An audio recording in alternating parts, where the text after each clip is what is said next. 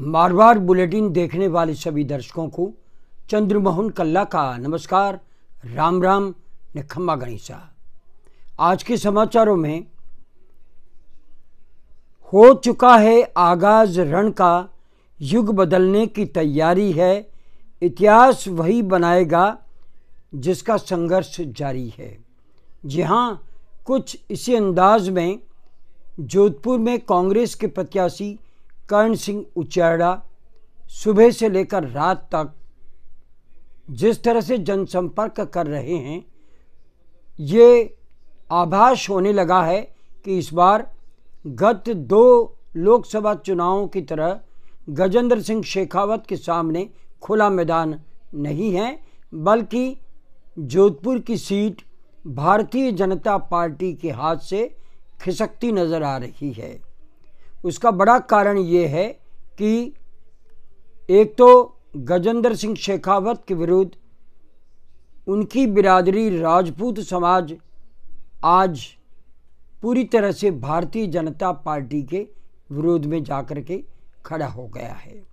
दूसरा फैक्टर जो सामने आ रहा है वो ये है कि महारानी वसुंधरा राजे चुप्पी साधे हुए नहीं हैं। गजेंद्र सिंह शेखावत से उनकी अदावत छिपी हुई नहीं है और जोधपुर बिल्कुल उनकी तिरछी नज़र में बना हुआ बता रहे हैं। सूत्र बताते हैं कि वसुंधरा राजे ने अपने सिपहसारों से कह दिया है कि गजेंद्र सिंह शेखावत को लेकर के इस बार शुभ समाचार नहीं आना चाहिए। यह आरोप नहीं है। सूत्र बताते हैं कि जिस तरह से गजेंद्र सिंह शेखावत को जब टिकट मिला था, तब शेरगढ़ के विधायक बाबू सिंह राठौड़ और लुणी से विधायक रह चुके और जोधपुर के सांसद रह सके जसवंत सिंह बिश्नोई ने जिस तरह से व्यवहार किया था, वो गजेंद्र सिंह शेखावत के लिए काफ़ी चिंताजनक था। लेकिन मुख्यमंत्री भजनलाल शर्मा ने बाबू सिंह और गजेंद्र सिंह शेखावत के बीच में हाथ मिलाने का दावा तो करवा दिया, लेकिन हकीकत में जिस तरह से चुनाव आगे बढ़ रहा है और राजपूत समाज जिस तरह से अलग थलग होकर के कर्ण सिंह उचेड़ा के समर्थन में कूद पड़ा है, तो दूसरी ओर बाबू सिंह भी खामोशी ओढ़े हुए हैं। हालांकि जसवंत सिंह बिश्नोई भी कोई जनसंपर्क में ज़्यादा नज़र नहीं आ रहे हैं। इस तरह से गजेंद्र सिंह शेखावत को लेकर के अब हालात कुछ अलग नज़र आने लगे हैं। केंद्रीय मंत्री है, पिछले 10 साल से जोधपुर के सांसद है, लेकिन संजीवनी घोटाले को लेकर के जिस तरह से बयानबाजी पीड़ित कर रहे हैं, यह भी एक मुद्दा जोधपुर में बना हुआ है। जोधपुर में अगर हम बात करें तो आज कर्ण सिंह उचेड़ा के लिए समर्थन और रैलियों का दिन था। कर्ण सिंह उचेड़ा के समर्थन में ओएसिस गार्डन से पहले बाइक रैली निकाली गई, फिर सूरसागर क्षेत्र में पूर्व मुख्यमंत्री अशोक गहलोत की बड़ी आम सभा हुई, जिसमें इस पूरे बेल्ट में मुस्लिम समुदाय और माली समुदाय का गढ़ ये माना जाता है। काफ़ी बड़ी संख्या में लोग मौजूद थे और उनके सामने पूर्व मुख्यमंत्री अशोक गहलोत ने स्पष्ट कहा कि देश का संविधान खतरे में है और 400 पार का जो दावा किया जा रहा है, और अगर 400 पार नरेंद्र मोदी ले आए तो मान करके चलिए कि आपका संविधान खतरे में हो जाएगा। संविधान को खतरे में लेकर के अगर बात करें तो सबसे ज़्यादा भयभीत दलित समाज है। दलित समाज ये सोच बैठा है कि कहीं हमारा आरक्षण खत्म न कर दिया जाए। हालांकि दावा वापस प्रधानमंत्री नरेंद्र मोदी कर चुके हैं कि आरक्षण समाप्त नहीं होगा, लेकिन भारतीय जनता पार्टी के वर्तमान सांसद और वर्तमान प्रत्याशी जगह जगह कहते फिर रहे हैं कि अगर 400 पार आ गया तो संविधान बदलना तय है। इसी तरह की सुरसरी जोधपुर में भी है।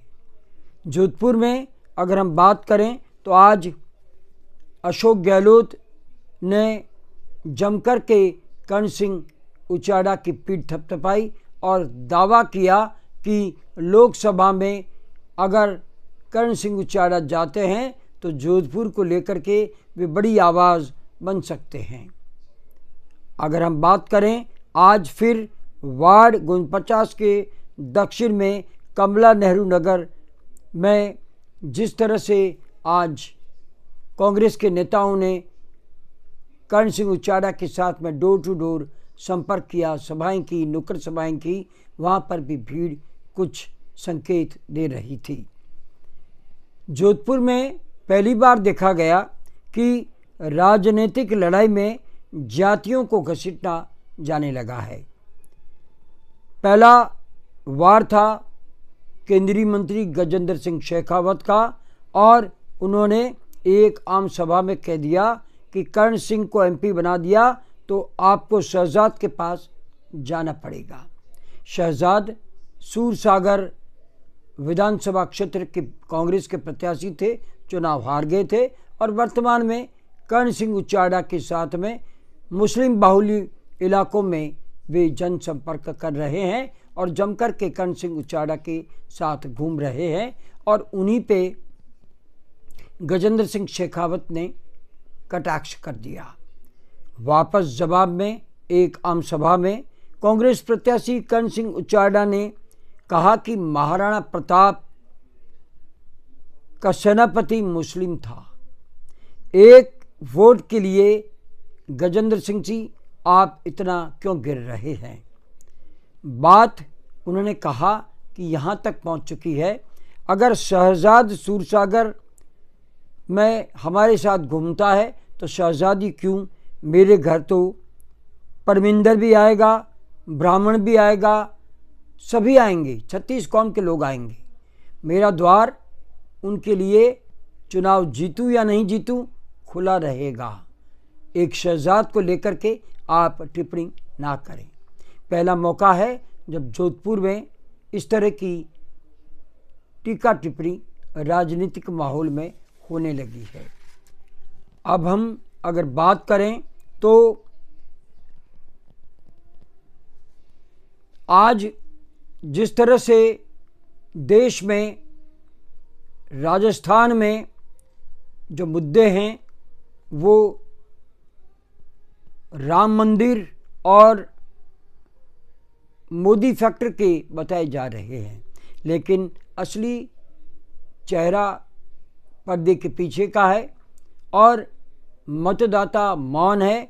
जानते हैं किसान आंदोलन में किस तरह से किसानों को मारा गया था, महंगाई चरम पर है, अग्निवीर योजना से जाट नाराज हैं और संविधान बदलने को लेकर के दलित और मीणा समाज सबसे ज़्यादा आशंकित है।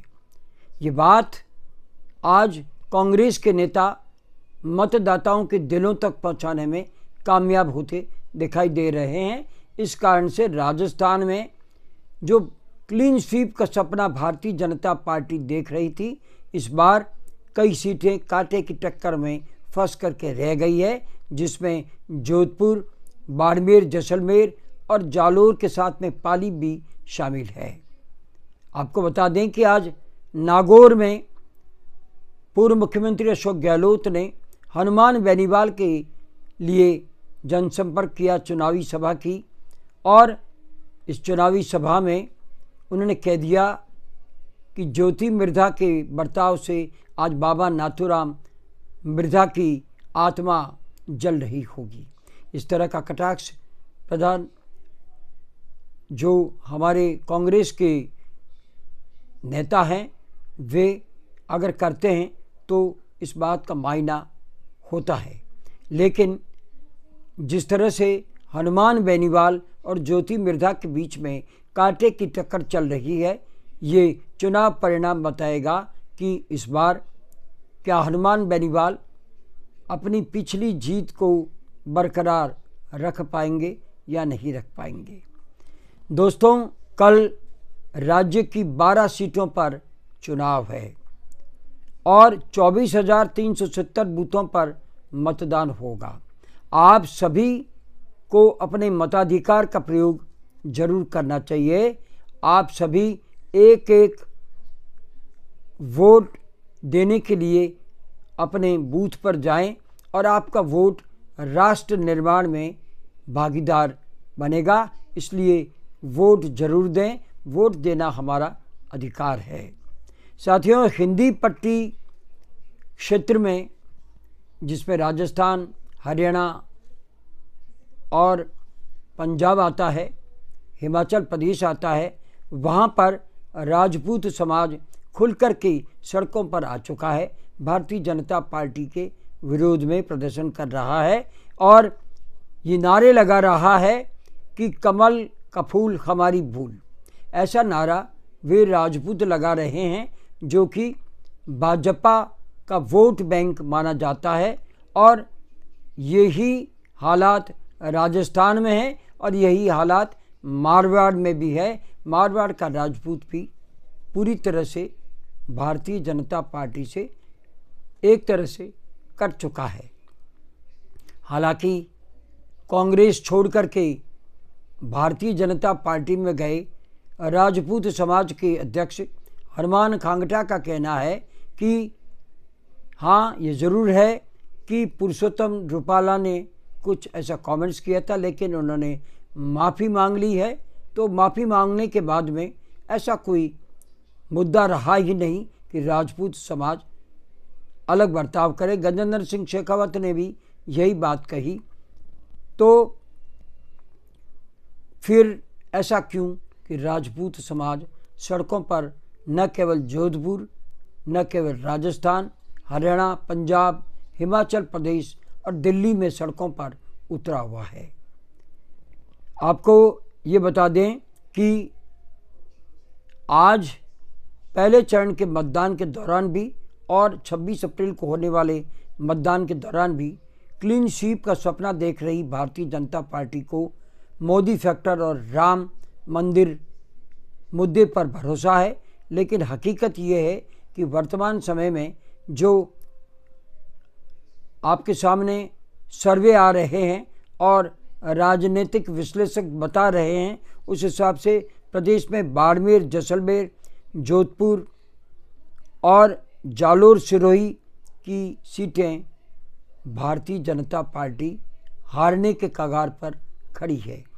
अब कोई करिश्मा ही इनको जीत दिला दे तो बात अलग है, वरना इन सीटों पर गजेंद्र सिंह शेखावत, कैलाश चौधरी, सुमिता नंद सरस्वती जी, जो कि स्टार प्रचारक हैं, अपने क्षेत्र से बाहर निकल नहीं पा रहे हैं क्योंकि उनके हालात ऐसे हैं कि वो एक कदम भी इधर उधर हुए तो उनके मतदान पर फर्क पड़ सकता है।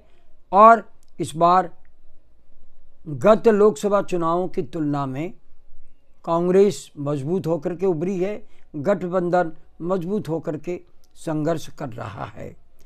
आपको ये भी बता दें कि जोधपुर में गत 2 चुनावों में जिस तरह से गजेंद्र सिंह शेखावत को खुला रास्ता मिला था, वैसे हालात इस बार नहीं हैं और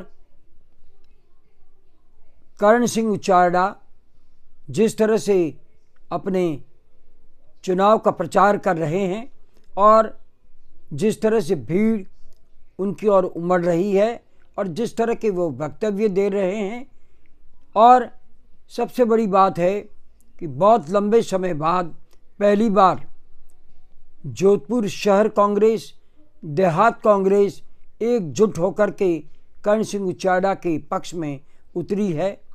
तो ऐसा लगने लगा है कि जोधपुर में 10 साल से भारतीय जनता पार्टी का जो परचम लहरा था, इस बार ये गढ़ कहीं हाथ से न निकल जाए। बस आज इतना ही। अगले समाचार बुलेटिन के साथ फिर हाजिर होंगे और इजाज़त लेने से पहले हम जानना चाहते हैं कि आपको ये बुलेटिन कैसा लगता है। अगर आपको ये बुलेटिन पसंद है, इसे आप सब्सक्राइब करें, लाइक करें, शेयर करें और इस बुलेटिन को बढ़ावा दें। आज्ञा दीजिए। नमस्कार, जय हिंद, शुभ रात्रि, सब्बा खैर, जय भारती।